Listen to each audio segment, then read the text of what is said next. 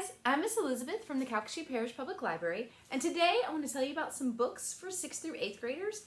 But before I do that, I want to remind everyone that you only have a couple more weeks to log the books you read for our fall reading program.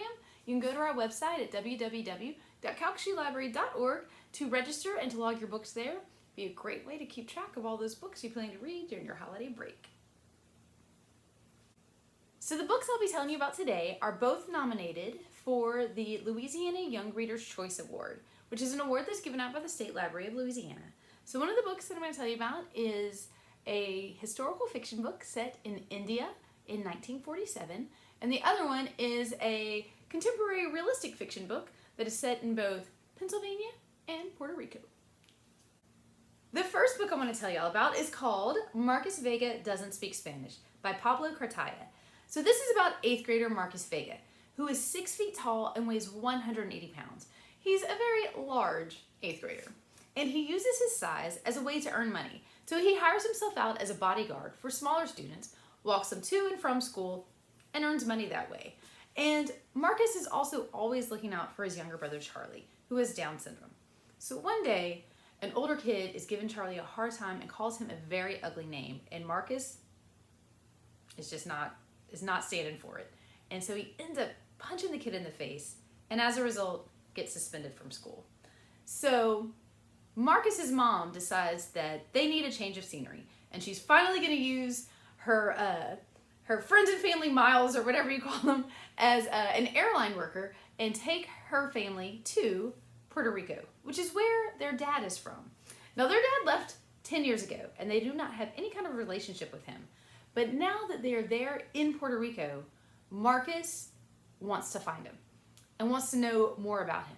And so he sets off on a series of misadventures with a whole slew of family members that he's just recently met as they try to find their dad. So if you want to find out what happened, you'll need to read Marcus Vega Doesn't Speak Spanish. And by the end of the book, he does speak a little Spanish. So if that sounds interesting to you, you'll need to check this book out. The next book I want to tell you about is called The Night Diary by Veera Hiranandani. This is about a girl named Nisha who lives in India in 1947. And for her 12th birthday, she receives a diary, and she decides to write letters to her mom in it. Now, her mom passed away giving birth to her and her twin brother Emil, so she's never known her mom.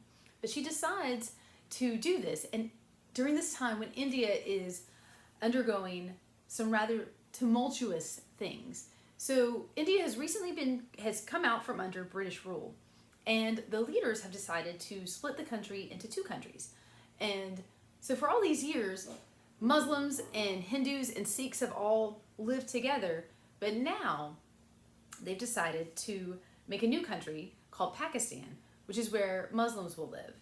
And Nisha's family, her dad is Hindu, her mom was Muslim, and so she kind of feels torn and doesn't really know where she should be, and she doesn't understand why people can't just get along.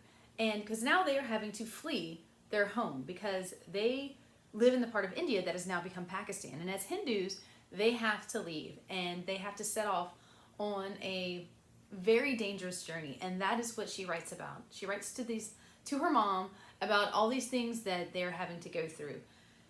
This is an amazing book. It is about a time in history that I feel a lot of people don't know about. Americans don't know about. I did not know about this until I read this book.